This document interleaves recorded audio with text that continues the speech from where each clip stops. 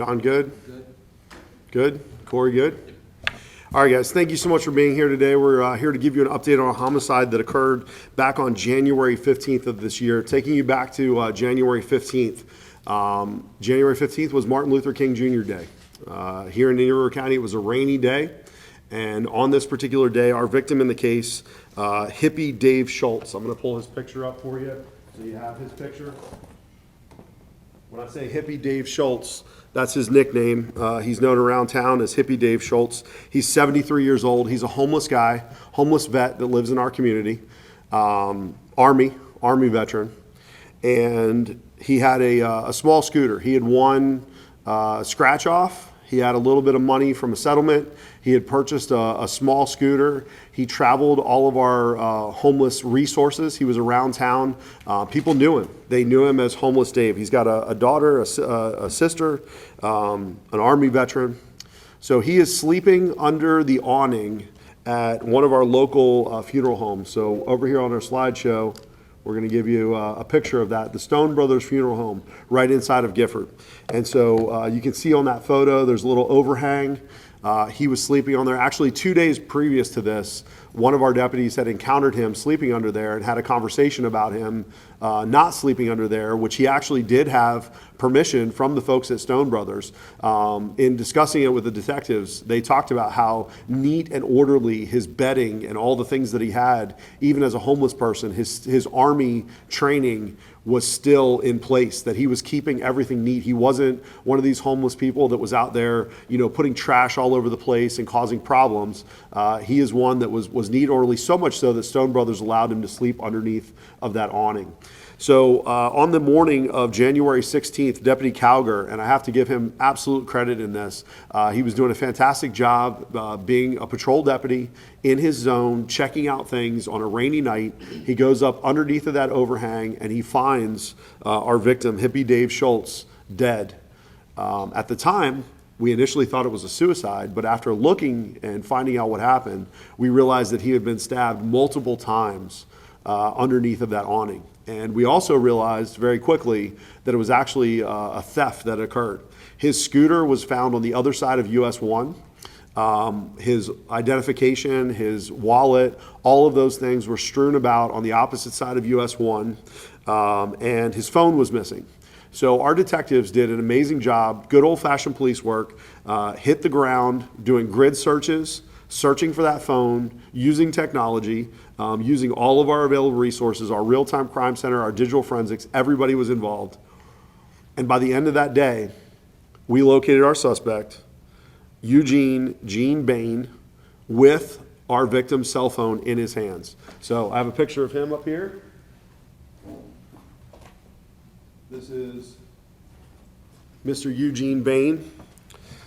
We found him inside of an old packing house. It's an area along Old Dixie, not far from where Stone Brothers is at. Throughout the day, that cell phone was moving around in the Gifford area.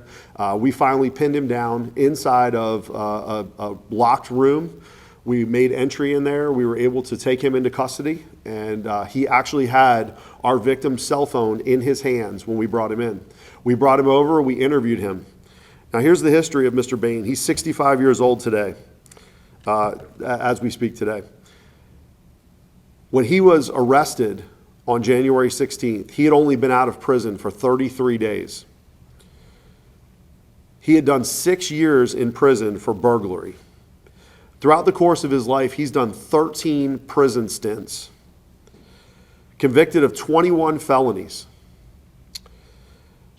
That doesn't include probation time, county jail sentences. That's prison time, 13 prison stints. Eugene Bain, 65 years old, is also a suspect in a number of other cases, cold cases.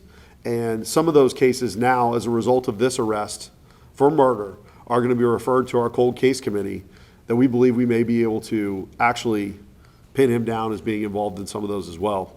We arrested Mr. Bain for a second time yesterday on murder charges after he finally admitted to our detectives what happened on January 15th. So I want to give you just a little bit here on our slideshow. Again, this is our victim. There's his date of birth. Here's Mr. Bain and his charges. As you can see, he was charged with murder, burglary, assault and battery, grand theft auto, and tampering or destroy evidence. And I'm going to show you a video here briefly that is one of the items that helped us make our case. So when we initially brought Mr. Bain back to the sheriff's office, he said, no, I had nothing to do with it. Yes, I had his cell phone, but I had nothing to do with it. So of course our team did a search warrant, and underneath of his fingernails was blood. We sent that off to the lab. DNA shows that the blood that was under his fingernails was the blood of Hippie Dave Schultz. On top of it, we recovered this video. I'm probably going to need some help playing this.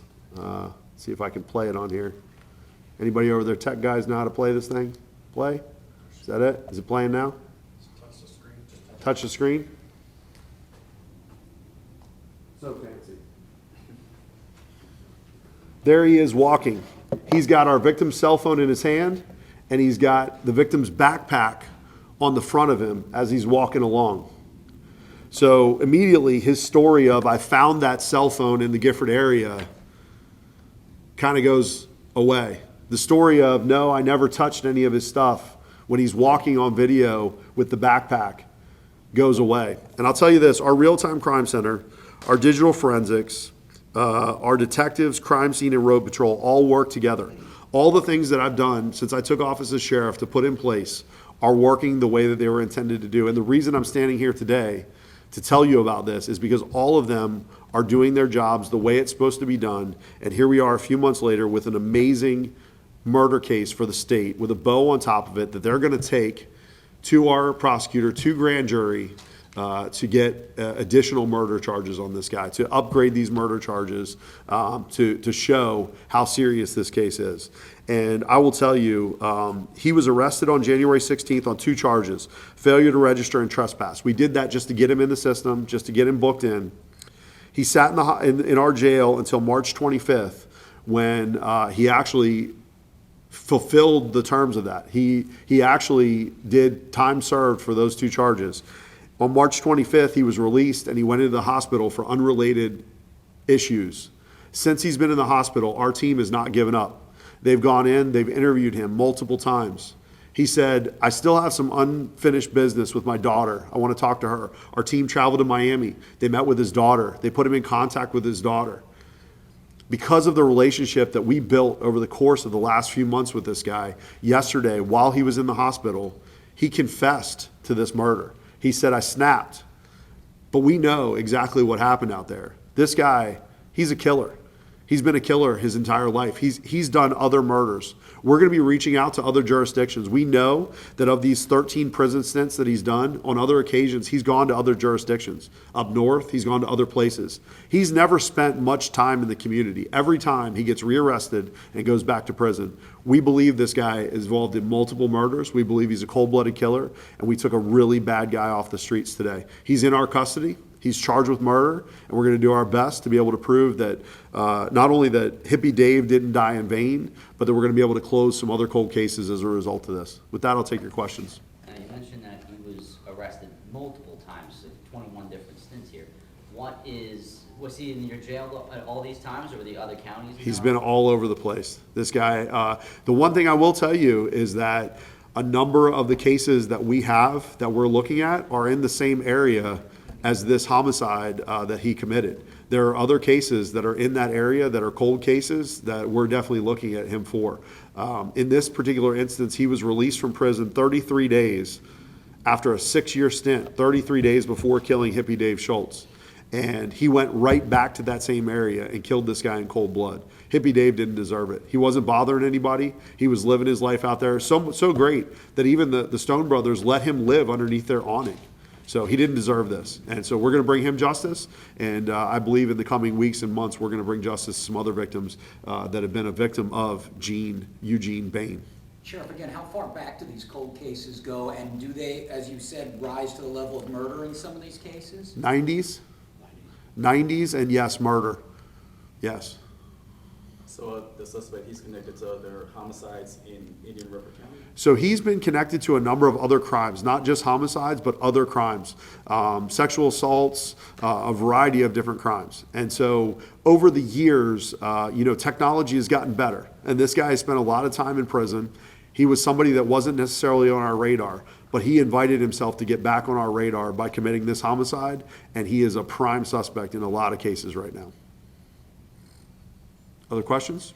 So do you think essentially the connection between them was just a robbery? They're both homeless guys. Without a doubt, Hippie Dave had his scooter up underneath that awning. He had his other belongings underneath there. I mean, he had an army shirt, he had an army hat. Hippie Dave wasn't bothering anybody. And it's speculation on our part, but we believe that he was robbing him and in the middle of the night, and he may have woken up and he decided that he was just going to end his life right there. Stabbed him numerous times, killed him, left him for dead.